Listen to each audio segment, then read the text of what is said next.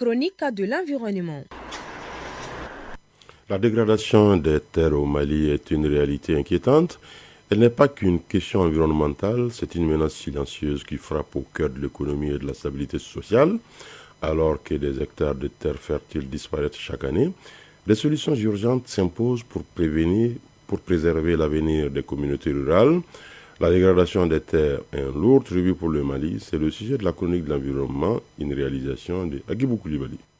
Selon les dernières estimations, plus de 80% des ménages maliens utilisent encore ces sources d'énergie pour la cuisson et le chauffage, une dépendance qui s'explique par plusieurs facteurs. L'accessibilité et le coût jouent un rôle clé, explique Yuba Sokona, spécialiste des questions énergétiques et environnementales. Les chiffres, d'une manière générale, sur l'énergie et la consommation énergétique, pas du tout assez précis dans le Mali, notamment quand on parle des combustibles ligneux, c'est-à-dire le bois, le charbon de bois, il y a un certain nombre d'estimations, selon les estimations, qui datent d'un certain nombre d'années.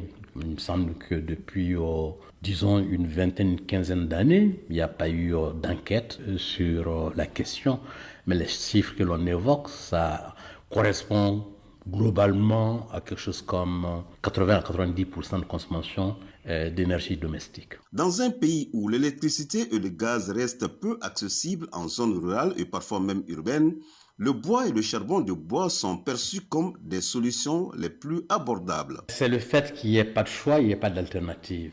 C'est-à-dire un confort dans la vie, tout le monde y aspire. Si les gens utilisent, c'est parce qu'ils n'ont pas d'alternative, il n'y a pas de choix. On remarque d'une manière générale, à travers le monde, d'année en année, il y a une réduction d'utilisation de bois, de charbon de bois comme combustible. Il n'y a qu'en Afrique qu'il y a une augmentation. C'est qu'ils n'ont pas le choix. C'est-à-dire personne ne veut continuer à souffrir la fumée. En effet, l'absence d'infrastructures énergétiques modernes et le faible pouvoir d'achat des ménages renforcent cette préférence pour les combustibles ligneux. Tel que dit Nelson Mandela, on est confronté à l'impossibilité que quand on essaye.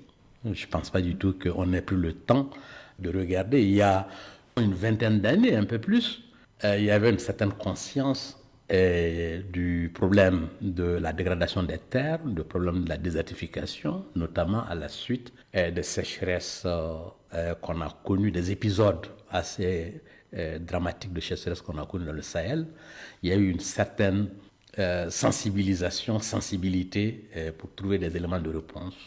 Moi-même, il y a une quarantaine d'années, quand j'ai commencé à travailler, à m'intéresser à la question de l'énergie et du développement, nous mettons beaucoup d'efforts et beaucoup d'ardeur à essayer de diffuser ce qu'on appelle les foyers améliorés, puisque l'objectif à l'époque, c'était de réduire la pression sur le couvert végétal. Et puis au fil des ans, quand la situation est devenue quelque peu normale, on l'a quelque peu oublié. Mais cette consommation massive n'est pas sans conséquences. D'un point de vue environnemental, la coupe incontrôlée du bois accélère la déforestation, fragilise les sols et contribue à la désertification. La pression sur les forêts est énorme. Chaque année, des milliers d'hectares disparaissent, ce qui perturbe aussi la biodiversité et aggrave l'érosion des sols, alerte notre expert.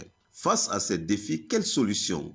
La promotion du gaz butane, des foyers améliorés et des sources d'énergie renouvelables apparaît comme une nécessité. Mais pour que la transition énergétique soit effective, elle doit être accompagnée de politiques adaptées et d'un engagement réel des acteurs publics et privés. Reste à savoir si le Mali saura amorcer le virage vers des alternatives plus durables avant qu'il ne soit trop tard.